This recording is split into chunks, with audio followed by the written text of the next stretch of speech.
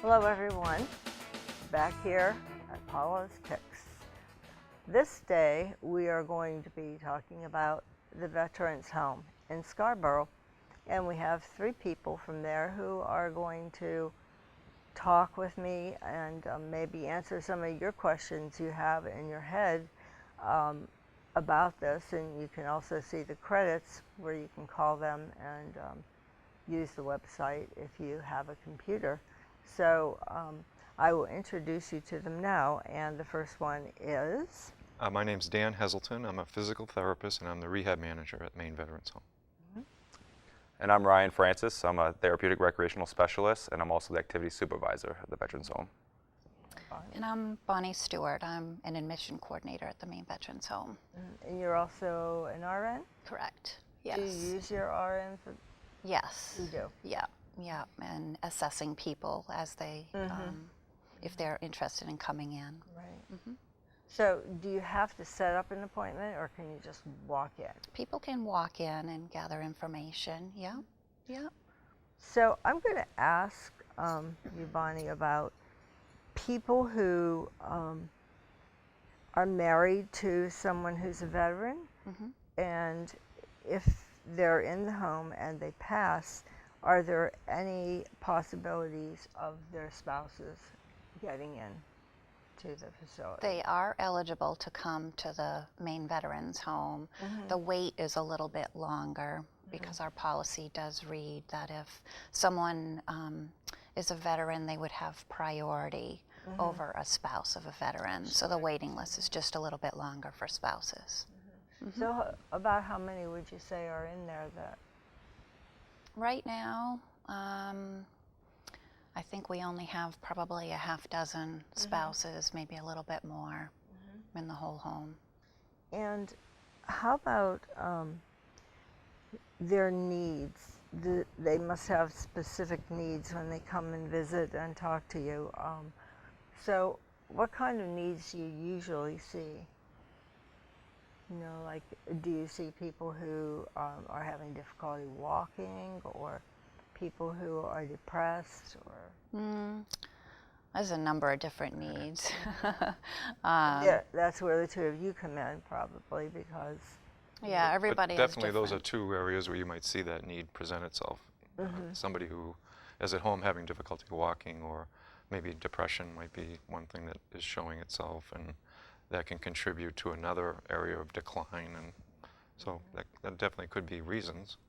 Especially in our dementia care unit too, where depression is a common comorbidity of dementia. And do you have an Alzheimer's area that? We do. We have 2 different units for people that have some sort of dementia, whether it be Alzheimer's or vascular dementia. We have a residential care, which is like assisted living for people with early stages of dementia. And we also have nursing home level for people with dementia. They're both secured units. So you have a 3-dimensional. 2. 2-dimensional. 2. We have residential care and nursing home. Which is nice. I mean, so assisted living, but not by themselves, or assisted living? We provide meals and medication. There's single bedroom unit and supervision. Some assistance with activities of daily living, but Medication. medication, yeah, we provide their medications for them. More of a social model over on that side of things as well, as opposed to the medical model. I like that. Yeah. They probably like it too. Oh yeah, Yes. definitely. Yeah. Because I think that when you get into the medical areas, you know, it's hard for them. I was talking earlier to these 2 men about my neighbor downstairs, because she was in one of the nursing homes in Scarborough, and she just, she ranted and raved. It was the most difficult time, and the biggest reason was because of the doctors and the whole medical aspect of it. That's not her, you know, unless she's in a coma, that's not her. She's not that type. And so that she said, well, I'm never going there. And I said, okay, well, we'll look for something else. But I think that's really good, though. You know, I remember when I was in the hospital for 28 days because I had non-Hodgkin's lymphoma, and I just really, I liked Maine Med for that reason because there weren't down your throat, you know, all the time. I didn't like that, and so they weren't like that. You know, just did the things they needed to do and take care of in the morning, and then you didn't see them again until after supper, you know, unless you needed them for something. And I appreciated that, and I think older people especially, because they want to be independent. And there's that sense of being independent and yet knowing that someone's there to help them if they need it. And I just, you know, I remember the day that sometimes I used to get irritated, then make me get up and walk, you know, and I didn't want to. I wanted to just lay there and drink Coke. And but I remember that I had a nurse 7 to 3, and then I had the night nurse, the same two all the time. And I was getting ready to go home, and I started to cry. And she said, why? And I said, because when I get home, you won't be here enough to take care of myself. I was much younger then, but I think that older people don't think that way. Although some of them might, you know, but I think that the model that you have is much better than a medical model. Yeah, and that speaks to the individualized care. It's really important to us at Maine Vets to sort of tailor their program while they're there with us to that individual, because you mentioned that you didn't really enjoy them coming in to get you up to walk. No. So that's a good example of how we would have to maybe encourage someone to do that, knowing that it is helpful for them to do that in an effort to leave after being here a short time and be able to get back to the community independently and with some services if it's indicated. How do you feel about that? Do you feel the same way? Do you like the idea that it's not a medical model? Well, on the rehab side of things and the long-term care, it's more of a medical model. On our true. assisted living side of things, that's more of a social model. Right. But we do provide that social aspect for the rehab side of things, the long-term care side of things, the dementia care side of things. We have an amazing multi-purpose room where a lot of our folks come down to gather down there, regardless of what services they are receiving. And we try to meet their individual needs as well, leisurely, in a leisure way, because we are leisure beings after all. Right. And when we have people come in to receive rehab, they still want to, you know, get out and socialize, and Right. they want to have fun Right. at the same time. So we got to meet those needs as well. Yeah. And you have beautiful grounds there too, so they can get out when it's nice. I don't know if I talked about this with you, but do you have to be a veteran to get in there? You have to be an honorably discharged veteran and have served at least one active duty day. I see. Day. One active duty, yep. And a spouse, widow, and Gold Star parents, who are parents that lost a child in the service. Wow. And how about the cost of being there? Yep, there's, if someone's coming in for rehab, their health insurance usually covers that, like Medicare or managed care. And if someone's there nursing home level, there is a stipend that a veteran is eligible for over $100 a day, which they wouldn't get at any other nursing home. No. And if they do not have the funds to pay privately, they would apply for Maine Care Assistance through the Department of Health and Human Services. So it doesn't run like a regular nursing home. So like somebody is in a regular nursing home, I'm led to understand that it's $115 for so many days. I'm not familiar with that. It is run similar in that we have to follow the Maine Care regulations. Yes. If someone's eligible, then Maine Care would be covering. The biggest difference is that a veteran who is able to pay privately is eligible for a stipend of over $100 a day for their care at the Maine So Veterans they Home. could stay there a long time, right, until passing? Yes, we do provide end-of-life care there, correct, yeah. And how about, you know, in end-of-life care, you have chaplains there that volunteer to come in and help? Correct. Well, we do have a chaplain that is here. How many hours does he work? He's here Monday, Tuesday, Wednesday, Thursday. Yeah. He does more other than just being a chaplain too. Right. He does some of the exercise groups over on our residential care side of things Yeah. too, and he's a great guy. Yes, he is. I personally know him, so. I guess the other question I wanted to ask was a little more political, talking about all of the issues that are going on in the press about the VA. And I know you're not, are you connected to the VA? We are not. You're not. No. But does it affect you at all? Because I think one of you had said to me that you might get some monies from the VA to run the programs. Well, the veterans get a stipend from They do. the VA. Okay. Yes. But the facility itself does not. No.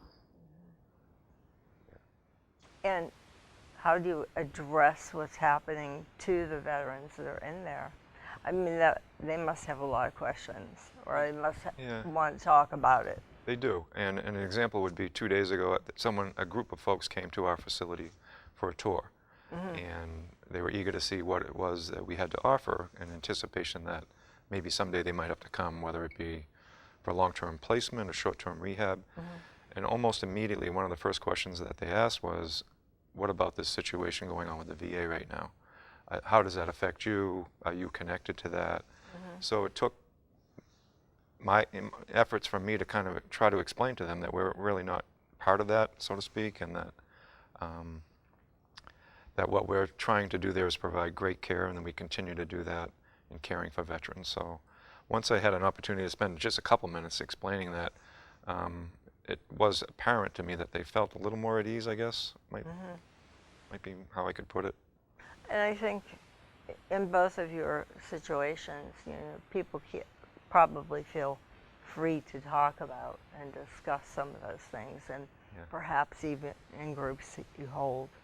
You know, it's probably it probably makes them feel a lot more relaxed about it, and you know, they get the answers that you can give them, because I'm sure you can't give them all. But other than the $100 stipend, how is it funded? If someone's there for short-term rehab, then a veteran's health insurance would cover that piece. So they have a special health insurance? Well, Medicare, if someone's 65 or older, they're usually eligible for Medicare benefits. And the facility itself, I mean, so all those monies that come in from the people, does that help the facility in running, or do you have? Yes, yeah. Just like any nursing home. Correct.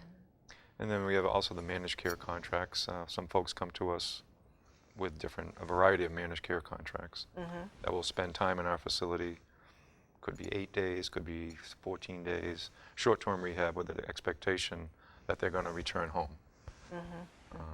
So that'd be another insurance company, if you will. Right. How about respite? Do you have respite care there?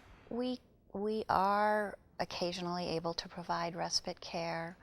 We do have a waiting list for nursing home care, and so if we do have an opening in our nursing home, we usually take the next person on our list versus a short-term respite. Occasionally we are able to provide respite. Well, I think it's necessary, really, in Yeah, a it facility is. like that. Yeah. We were talking a bit before about social activities, and we talked about alcohol, which maybe some of the people here are interested in that. Who knows? But do you allow that? Of course we do. We do have different social groups where we serve alcohol to our residents. We just make sure that we're checking with the nurses and with the doctors to make sure that the alcohol is not going to interact with them in a negative way. But throughout our entire lives, you know, a lot of guys, they like to have a beer and sit back and watch a football game or get together with the guys or the ladies or whomever and have a beer. So we provide that for them. We just got to be mindful of how much people are taking in and all that. So there's no negative occurrences that go on. But we have some amazing staff members who are very, very diligent, and they keep a close full watch over everyone. So nobody just kind of... No. We never allow that for that to happen. Well, I remember when I was in the first nursing home, we had this luau, and they wanted, I think it was margaritas, I can't remember, but so the person that runs the dietary, she forgot to get the alcohol to make the drinks. So we made them anyhow, but no alcohol. I mean, they walked out of there like they were drunk. It was the idea, you know, the sense of thinking that there was alcohol in there. Fortunately, we haven't experienced that part of it. No one's going home thinking that they're drunk or anything like that. They're walking away knowing that they just had a good time. And not only that, I think that just, you know, speaks to, you know, the facility that they're in, that they're open and that they can talk about these things and their needs. Do you have a residence council there? We sure do. Oh, good. I'm glad to hear that. That occurs once a month, and our residents are encouraged to come down. We have officers of our resident council. We have a president, vice president, and a secretary, and they kind of help to facilitate the group. And residents come down, they're able to voice their opinions, talk about any kind of problems they're having, any kind of concerns, compliments, complaints, or anything like that. And we're always encouraging residents to not wait for the resident council if you do have any kind of concerns or things going on, because we want to know right off the bat so we can, you know, immediately address whatever kind of issue it is that they're having. Exactly. How do you get your volunteers? Just through solicitations. Do you have a volunteer coordinator, or? That's me. You too, huh? You got a tough job. I have a couple of jobs there, yeah. So when we have different functions, we'll kind of solicit volunteer opportunities. We have a volunteer advisory committee, and they solicit volunteerism to their different veteran service organizations or just the community at large. I work very, very closely with a variety of schools, SMCC, the University of Southern Maine, University of New England, York County Community College, and we get practicum students to come in, volunteers to come in from those schools. That's great. Yeah. That's Chevrolet. Yeah, we currently have a student that comes in to do, they complete their Arupe service project. So through the month of May, they don't go to school, but they get placed in long-term care settings, hospitals, and all that. And, they come to learn about that facility, and they provide services. The gentleman that I have with us right now, he plays poker every day with the residents that love to play poker. He brings them outside for walks for those who want to go outside for walks. He comes on community outings with us. He's doing a phenomenal job. So there's a variety of volunteer opportunities. That's great. It gives them the opportunity to see what's happening in that field. Maybe that would be something that they would want to. And personally, I think that intergenerational contact is very, very, very important. Definitely. Very important. Definitely. So, I'm sorry. Go ahead. I just wanted to add to that. Some of our short-term stay patients, if you will, while they're with us that week or 2 weeks, 3 weeks, they have a wonderful experience with Ryan and his department. So they'll leave our facility, and before they leave, on several occasions, they've talked to Ryan about they'd like to come back and volunteer, and actually several of them are currently doing that. That's a good idea. So that's been a nice experience also. to watch that And you happen. must do a good job then to get them We to try, come. we try. I know that's a hard thing to get volunteers. I mean, everybody that I've ever had on this show, on any of the shows, that was the big question: how do you get volunteers? You know, and they get them. It's just a wide source. We're really fortunate. We are There's just very a lot of people fortunate. just walk in and want to know what they can do to help the veterans. I get phone Yeah. calls all day long about Yeah. volunteer opportunities. Yeah. Great, I think. Yeah, it It's is. Very It is. really fortunate. great.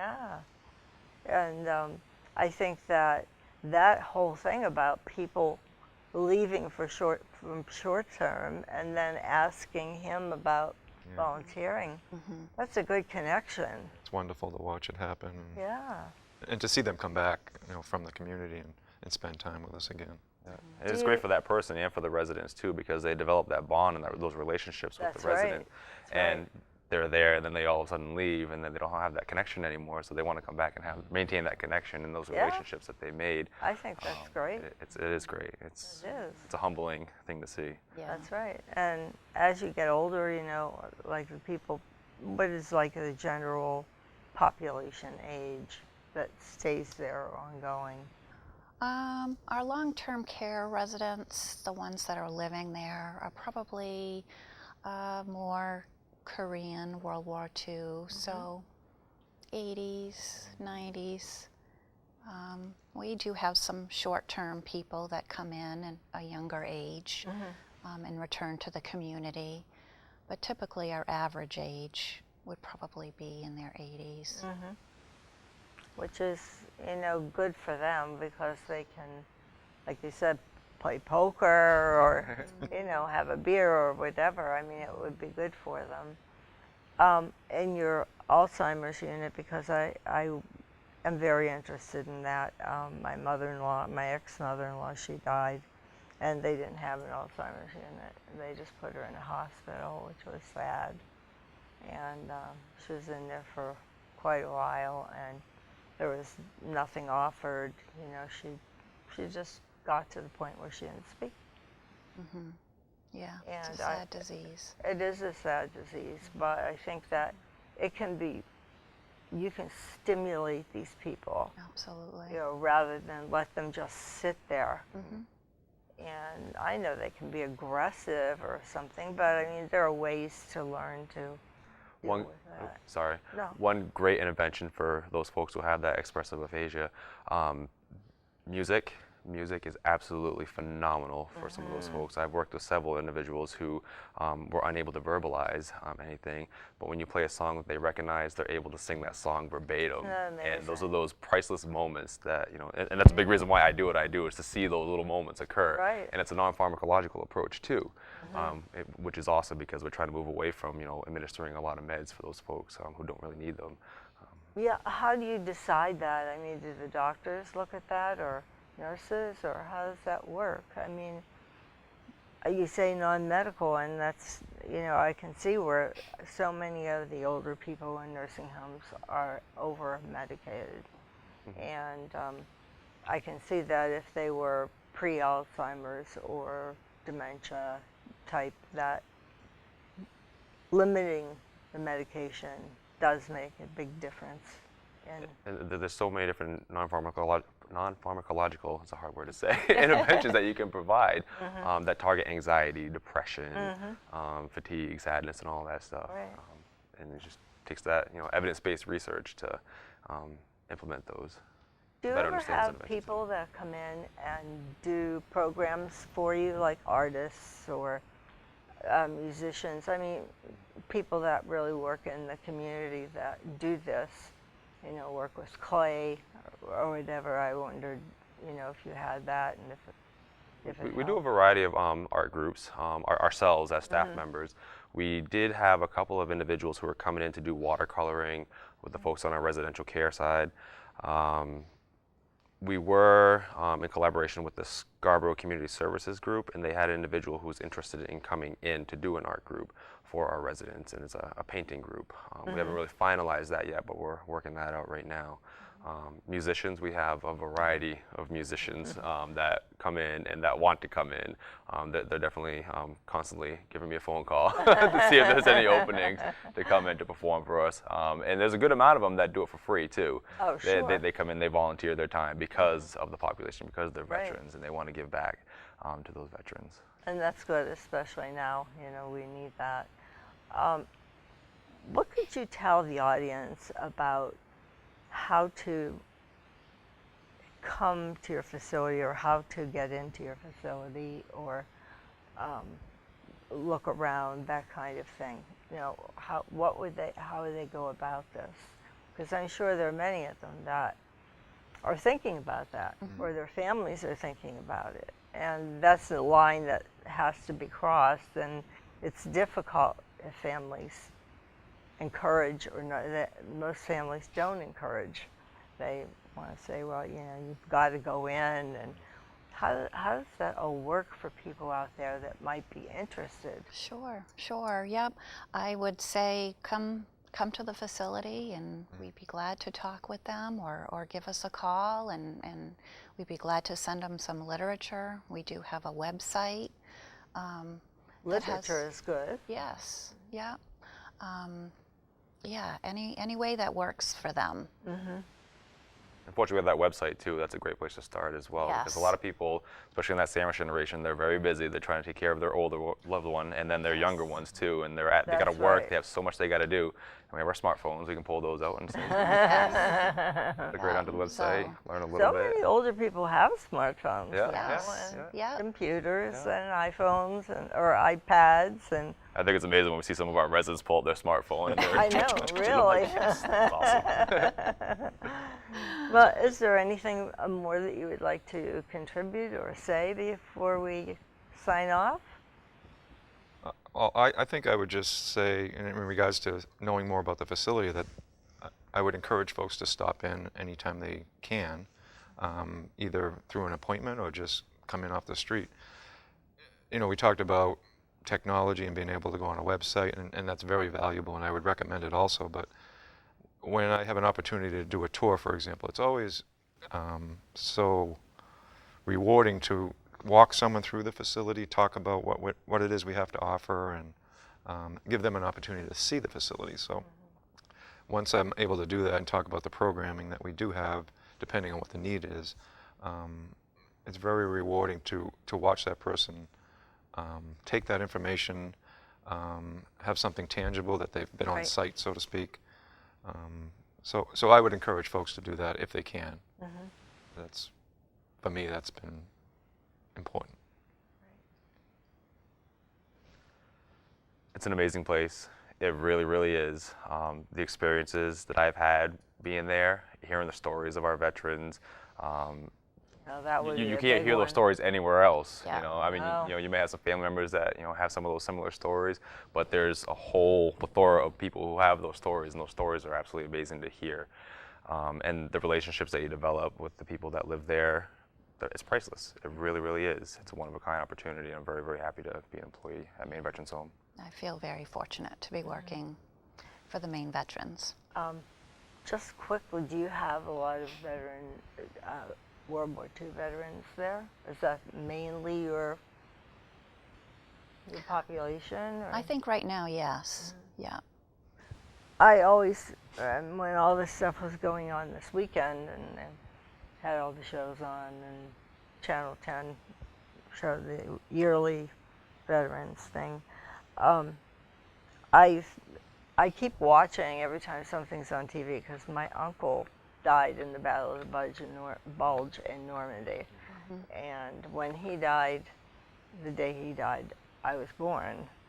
And I've always wanted to go there and see all the graves and see if I could find his, because they didn't at that time send bodies back as a rule. But thank you so much again Thanks for for being inviting here. us. You're welcome. It's been very, very informative, and it's been a joy for me being here. Thank you. Thank you. Thank you. You're welcome. So now.